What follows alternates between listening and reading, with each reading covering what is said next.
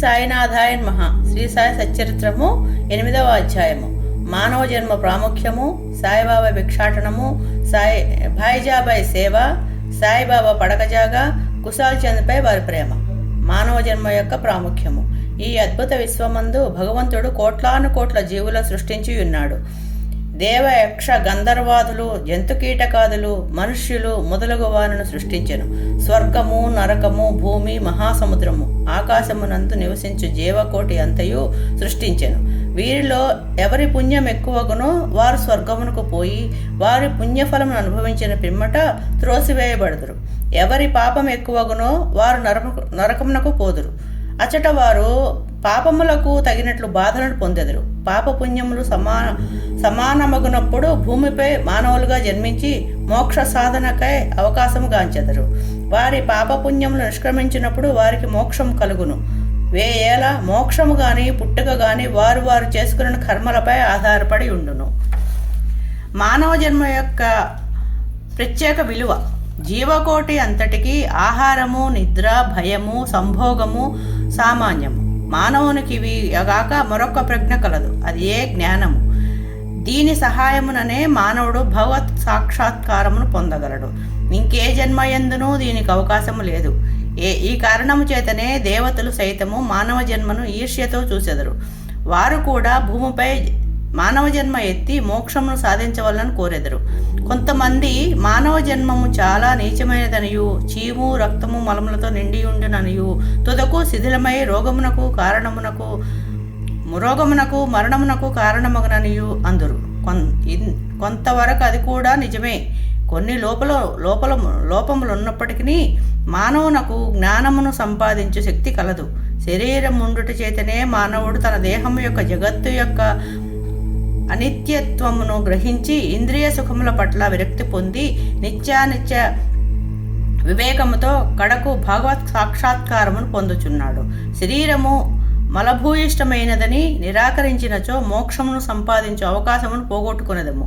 దేహమును ముద్దుగా పెంచి విషయ సుఖములకు మరిగినచో నరకమునకు బడదరు. ఉచిత మార్గమేమనా దేహము అశ్రద్ధ చేయకూడదు, దానిని లోలత్వంతో పోషించనూకూడదు.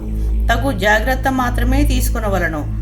గుర్రపు రౌతు తన గమ్యస్థానము చేరు వరకు గుర్రమును ఎంత జాగ్రత్తతో చూసుకొననో ఎంత జాగ్రత్త మాత్రమే తీసుకొనవలను. ఈ శరీరమును మోక్ష సాధన లేక ఆత్మ సాక్షాత్కారం కొరకు వినియోగించవలను. ఇదియే జీవుని పరమావధి అయి ఉండవలెను. భగవంతుడు అనేక జీవులను సృష్టించినప్పటికీ అతనికి సంతుష్టి కలగలేదట. ఎందుకనగా భగవంతుని శక్తిని ఏవియూ గ్రహించలేకపోయినవి. అందుచేత భగవంతుడు ప్రత్యేకముగా మానవును సృష్టించెను. వానికి జ్ఞానమనే ప్రత్యేక శక్తినిచ్చెను. మానవుడు భగవంతుని లీలలను, అద్భుత కార్యములను, సేముషి విజ్ఞానములను చూచి పరవశమొందినప్పుడు భగవంతుడు మిక్కిలి సంతుష్టి చెంది ఆనందించును. అందుచే మానవ జన్మ లభించుట గొప్ప అదృష్టము.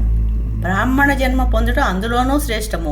అన్నిటికంటే గొప్పది సాయిబాబా చరణారవిందములపై సర్వస్య శరణాగతి చేయని అవకాశం కలుగుట మానవుని విద్యుక్త ధర్మము. మానవ జన్మ విలువైనదనియు దానికి ఎప్పటికైనానో మరణము అనివార్యమనియు గ్రహించి మానవుడు ఎల్లప్పుడూ జాగరూకుడై ఉండి జీవిత పరమావధిని సాధించుటకై యత్నించవలేను. ఏమాత్రమును అశ్రద్ధ గాని ఆలస్యము గాని చేయరాదు. త్వరలో దానిని సంపాదించుటకు యత్నించవలెను. భార్య చనిపోయిన వాడు రెండవ భార్య కొరకు ఎంత ఆధారపడునో, తప్పిపోయిన యువరాజుకై చక్రవర్తి ఎంతగా వెతక యత్నించునో అటులనే విసుగు విరామము లేక రాత్రింబవళ్ళు కృషి చేసి ఆత్మ సాక్షాత్కారమును సంపాదించవలను. బద్ధకమును, అలసతను, కునుకుపాట్లను దూరమునర్చి అహోరాత్రములు ఆత్మయందే ధ్యానము నిలపవలను. ఈ మాత్రములే చేయలేనిచో మనము పశుప్రాయులమగుదము. తక్షణ కర్తవ్యము. మన ధ్యేయము సత్వరము ఫలించు మార్గమేదన వెంటనే భగవత్ సాక్షాత్కారం పొందిన సద్గురువు వద్దకేగుట. ఆధ్యాత్మికోపన్యాసములెన్ని వినినప్పటికీ పొందనట్టిదియు, ఆధ్యాత్మిక గ్రంథములను చదివినను తెలియనట్టిది యునగు ఆత్మ సాక్షాత్కారము సద్గురుల సాంగత్యముచే సులభముగా పొందవచ్చును. నక్షత్రములన్నీ కలిసి ఇవ్వలేని వెలుతురును సూర్యుడెట్లు ఇవ్వగలుగుచున్నాడో అట్లనే ఆధ్యాత్మికోపన్యాసములు గ్రంథములు ఇవ్వలేని జ్ఞానమును సద్గురువు విప్పి చెప్పగలడు. వారి చర్యలు సామాన్య సంభాషణలే మనకు మౌన ప్రబోధములు. శాంతి, క్షమ, వైరాగ్యము, దానము, ధర్మము, మనోదేహములను స్వాధీనమందుంచుకొనుట, అహంకారము లేకుండా మొదలగు శుభలక్షణములను వారి ఆచరణలో చూచి భక్తులు నేర్చుకొందురు. వారి పావన చరితములు భక్తుల మనములకు ప్రబోధము కలుగజేసి వారిని పారమార్థికముగా ఉద్ధరించును. సాయిబాబా అట్టి మహాపురుషుడు సద్గురువు. బాబా సామాన్య పకీరు వలె సంచరించినప్పటికీ వారెప్పుడునూ ఆత్మానుసంధానమునందే నిమగ్నులాగుచుండరి. దైవభక్తి గల పవిత్ర హృదయములు వారికి సదా ప్రీతిపాత్రులు. వారు సుఖములకు పొంగువారు కారు, కష్టముల వలన కృంగిపోవారు కాదు. రాజైనను నిరుపేదైనను వారికి సమానమే. తమ దృష్టి మాత్రమున ముష్టివారిని చక్రవర్తిని చేయగల శక్తి ఉన్నప్పటికీ బాబా ఇంటింటికి తిరిగి భిక్ష నెత్తడివారు. వారి భిక్ష ఎట్టుతో చూతము. బాబా యొక్క భిక్షాటనము. షిరిడీ జనులు పుణ్యాత్ములు. ఎందుకనగా వారి ఇండ్ల ఎదుటనే కదా బాబా భిక్షకుని వలె నిలిచి అమ్మా రొట్టె ముక్క పెట్టు అనుచు దానిని అందుకొనుటకు చేయి చాచెడివారు. చేత తన రేకు డబ్బా పట్టుకుని భుజానికి ఒక గుడ్డ జోల తగిలించుకొని భిక్షాటనకు పోయేడవారు. బాబా కొన్ని ఇండ్లకు మాత్రమే భిక్షకు పోయేడవారు. పులుసు, మజ్జిగ వంటి ద్రవ పదార్థములు, కూరలు మొదలగును రేగు డబ్బాలో పోసుకునేవారు. అన్నము, రొట్టెలు మొదలగునవి జోలులో వేయించుకునేవారు. బాబాకు రుచి అనున్నది లేదు. వారు జిహ్వను స్వాధీనమందుంచుకునిరి కాన అన్ని పదార్థములను రేకు డబ్బాలోనూ జోలలోనూ వేసుకునేవారు. అన్ని పదార్థములను ఒకేసారి కలిపివేసి భుజించి సంతృష్టి చెందేవారు. పదార్థముల రుచిని పాటించేవారు కాదు. వారి నాలుకకు రుచి అన్నది లేనట్లే కనిపించుచుండెను. బాబా భిక్షకు ఒక పద్ధతి, కాలనియమము లేకుండెను. ఒక్కొక్క దినము కొన్ని ఇండ్ల వద్ద మాత్రమే భిక్షాటన చేసేవారు. ఒక్కొక్కసారి 12 సార్లు కూడా భిక్షకు వెళ్ళేవారు. భిక్షలో దొరికిన పదార్థములన్నిటినీ ఒక మట్టి పాత్రలో వేసేవారు. దానిని కుక్కలు, పిల్లులు, కాకులు విచ్చలడుగా తినుచుండేవి. వాటిని తరిమేవారు కాదు. మసీదు తుడిచి శుభ్రము చే స్త్రీ 10-12 రొట్టె ముక్కలు నిరాటంకంగా తీసుకొని చుండేది. కుక్కలకు, పిల్లులకు కూడా కలలో సైతము అడ్డు పెట్టని వారు ఆకలితో ఉన్న పేదల ఆహారంకు అడ్డు చెప్పుదురా? ఫకీరు పదవియే నిజమైన మహారాజ పదవి అని, అదియే శాశ్వతమని, మామూలు సిరి సంపదలు క్షణభంగురాలని బాబా అనుచుండెడు వారు. ఆ పావన చరిత్రని జీవితమే కదా మిగిలి ధన్యమైనది.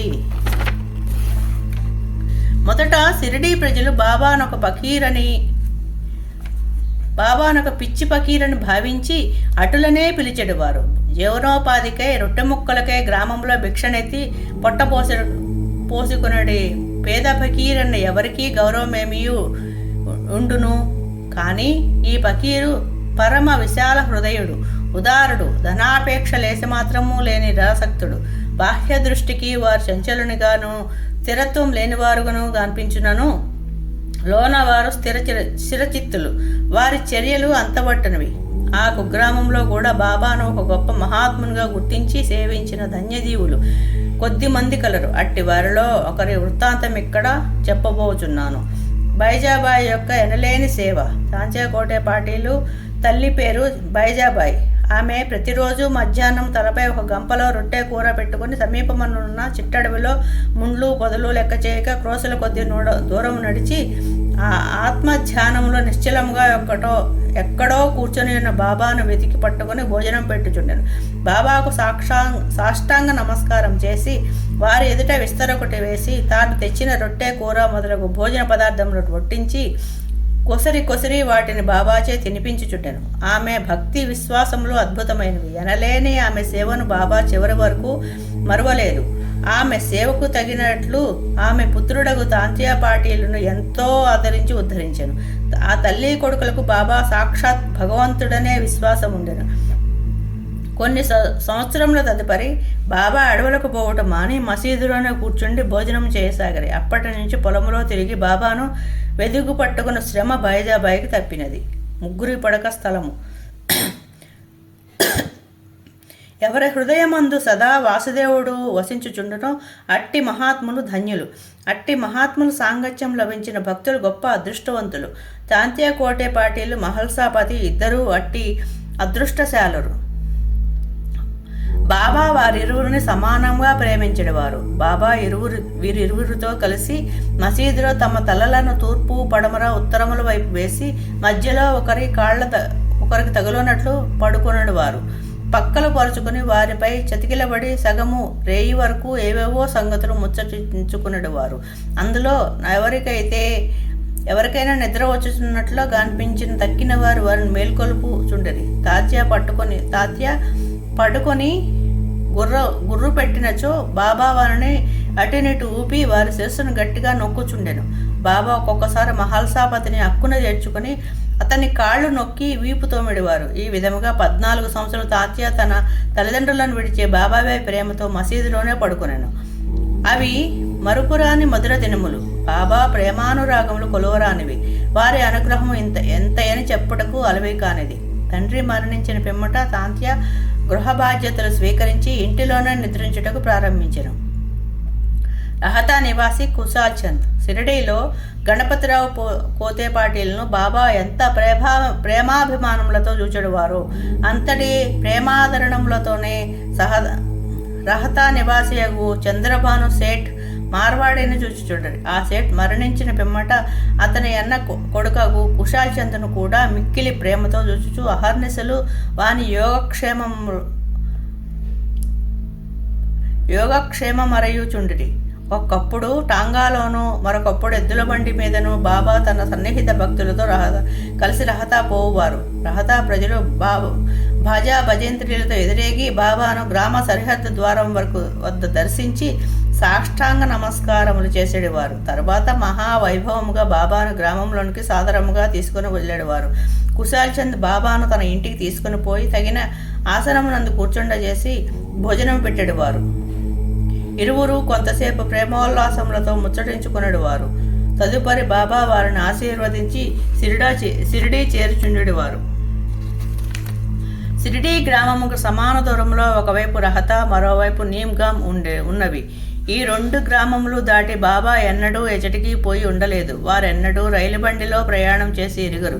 రైలు బండిని కనీసం చూచి కూడా ఉండలేదు. కానీ సర్వజ్ఞుడైన బాబాకు బండ్ల రాకపోకలు ఖచ్చితంగా తెలియచుండేవి. బాబా వద్ద సెలవు పుచ్చుకుని వారి ఆజ్ఞానుసారము ప్రయాణం చేయ వాళ్ళకే కష్టములు ఉండేవి కావు. బాబా ఆదేశమునకు వ్యతిరేకముగా పోవారనేక కష్టములు పాలగుచుండ్రి. అటువంటి కొన్ని సంఘటనలను మరికొన్ని ఇతర విషయములను రాబోవ అధ్యాయంలో చెప్పెదను. 8వ అధ్యాయము సంపూర్ణము. సద్గురు శ్రీ సాయినాథార్పణమస్తు. శుభం భవతు.